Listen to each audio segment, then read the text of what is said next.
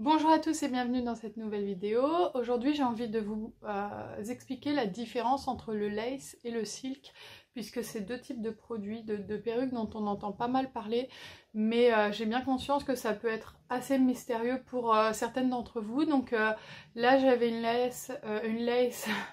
une perruque en lace pour une commande personnalisée. Je me suis dit que c'était l'occasion de vous montrer un peu la différence entre les produits, les avantages et les inconvénients de chacun des deux produits et ce que j'en pense, où va ma préférence, etc. Le silk, je l'ai déjà expliqué, c'est l'imitation du cuir chevelu la plus aboutie à l'heure actuelle en fait.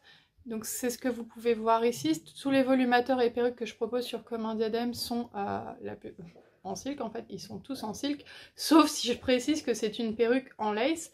Et en fait, donc là, vous pouvez bien voir l'imitation cuir chevelu qui fait que même quelqu'un qui s'approche ne va absolument pas voir qu'il y a un dispositif sur la tête, puisqu'en fait, c'est quelque chose en 3 couches, où en gros, les cheveux sont noués sur une première couche, et en fait, il y a juste au-dessus la couche de silk, et le cheveu passe au travers, en fait, et c'est ça qui fait, donc silk, ça veut dire soie, c'est ça qui fait qu'on a une imitation du cuir chevelu. En fait, on ne voit pas les nœuds des cheveux, et surtout on a une pièce un peu blanche comme ça qui fait vraiment imitation cuir chevelu quoi. J'arrive pas à vous refaire la mise au point bien sûr. Voilà, là on voit bien avec la mise au point, c'est mieux.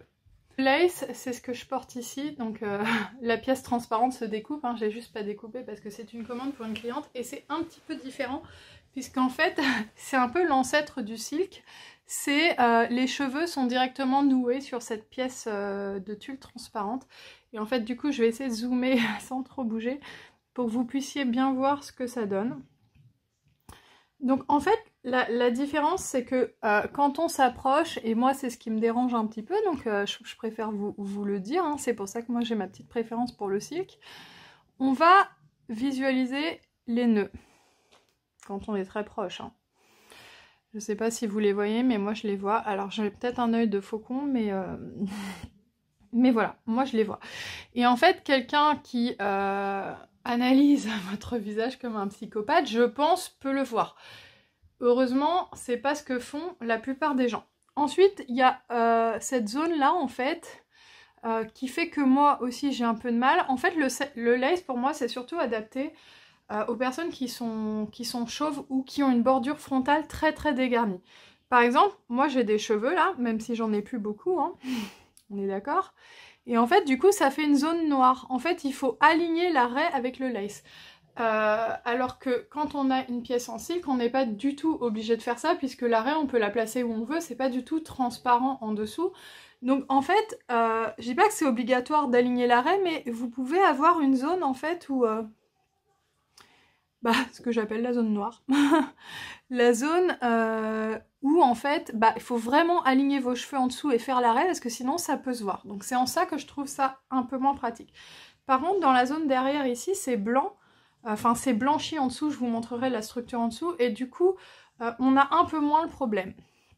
Donc voilà pour ce que ça donne. Donc vous voyez, moi j'ai des cheveux en dessous, donc je dois vraiment les rentrer. Et voilà ce que ça donne quand je m'approche. Donc voilà, mais quelqu'un...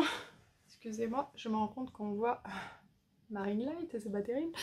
Quelqu'un, vous voyez, quand c'est ici, ça choque pas. Si vous faites couper des baby hair ou une petite mèche, on voit rien du tout. Hein. C'est comme les volumateurs en monotope. En gros, c'est le même combat. C'est quelqu'un qui s'approche avec une loupe ou avec des yeux de faucon comme les miens, et qui passe son temps à analyser les bordures frontales des gens, puisqu'il a souffert d'alopécie depuis 30 ans, va le voir, mais c'est pas le cas, c'est pas le cas de la plupart des gens. Donc avec une petite coupe, une petite frange et tout, c'est indétectable. Sinon, personne n'en porterait, je veux dire, c'est très bien fait à l'heure actuelle. Mais voilà, moi, il y a ce problème de nœud qui me dérange un peu, mais ça, c'est une question de ressenti. Moi, j'ai pu rencontrer, dans le cadre de Comme un diadème, 2 ou 3 personnes qui, par exemple, préfèrent le lace. Donc, dans le lot, il y avait notamment une personne complètement chauve qui préfère le lace parce que bah, du coup elle a les chauves et elle trouve ça plus respirant, tout ça. Et surtout, l'avantage du lace, c'est qu'on a une flexibilité des cheveux qui est, on va dire, légèrement plus évidente qu'avec le silk.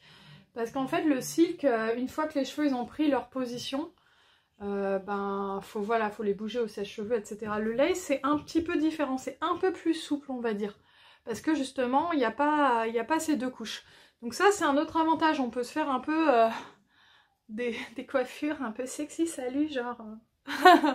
Vous voyez, donc ça, je comprends du coup que certaines préfèrent ce côté-là. Et il y a aussi, je vous ai dit, bon déjà les personnes chauves, les personnes avec des grosses pelades, et surtout les personnes qui n'ont pas du tout de bordure frontale, et qui ont besoin de se créer vraiment une bordure frontale. Elles peuvent être plus à l'aise avec le lace qu'avec le silk, sachant qu'avec le silk, on peut aussi quand même se créer une bordure frontale très naturelle.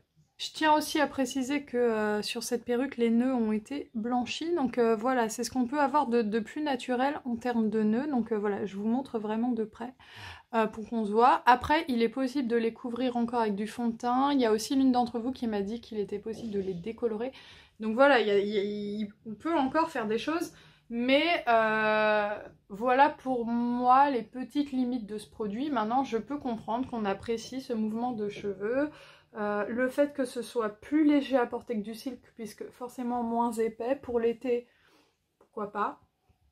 Donc voilà, je vais vous montrer un petit peu, pas ma magnifique calvitie, mais l'intérieur de la lace. Donc vous voyez, c'est ce que je vous disais quand je disais que c'était transparent. Et là, on a une zone plus opaque qui fait que, voilà ce que ça donne.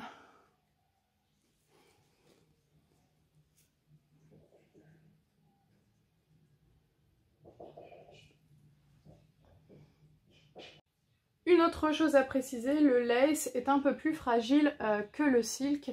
Il a une durée de vie moins élevée que les perruques en silk. Donc maintenant je vais vous montrer ce que ça donne pour le silk. Donc vous l'avez compris, moi j'ai une petite préférence pour le silk, mais ça c'est vraiment... voilà, c'est personnel en fait. Chacune, c'est en fonction de ses ressentis, de comment on vit le produit, de son alopécie aussi. Moi j'ai encore une bordure frontale, même si elle est un peu pitoyable. Donc je suis très à l'aise avec les produits en silk. Mais est-ce que c'est le cas de tout le monde? Voilà, moi je connais des filles qui préfèrent le lace, donc c'est pour ça que j'ai trouvé intéressant de vous présenter le produit. Donc là, je vous montre une petite perruque que j'adore, Golden River, courte. Je commence à avoir les cheveux plus longs. Voilà, pour moi c'est beaucoup plus facile à positionner en plus, parce que vous voyez, j'ai pas eu à rentrer mes cheveux sous le truc de lace, je peux le ramener aussi près que je veux. Il y a toute cette zone de cheveux qui ressortent en fait et qui fait que moi je trouve le devant du silk très très naturel. Je sais qu'il y a parfois des filles qui me disent oui mais le silk devant c'est pas naturel et tout, mais j'avoue que je comprends pas trop. Je comprends pas trop cette critique. Je trouve que voilà, pareil, enfin vous voyez, même comme ça choque pas. Même si j'avais pas du tout de cheveux ici, je trouve que ça fait très très naturel, on n'a pas ce problème de nœud. Maintenant on a une structure qui est plus, voilà, qui est plus couvrante quoi. Enfin je veux dire, il y a 3 couches. Et pour l'imitation du cuir chevelu, voilà ce que ça donne. Donc voilà, c'est vraiment, c'est pas pour vous influencer et pour vous forcer à préférer le silk, puisque comme je vous ai dit, il y a des femmes qui préfèrent le lace et on a le droit, il n'y a pas de problème, c'est comme, je sais pas, d'autres types de choix qu'on peut faire.